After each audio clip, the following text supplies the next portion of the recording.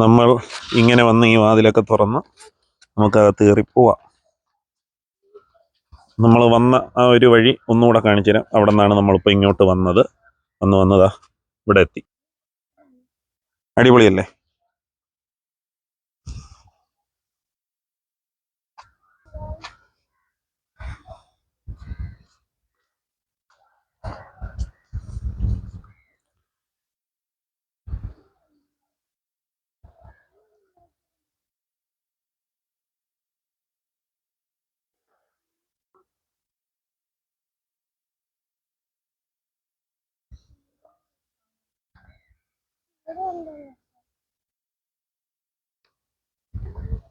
ശിവേ, എന്തുവാ ശിവേ ഇവിടെ?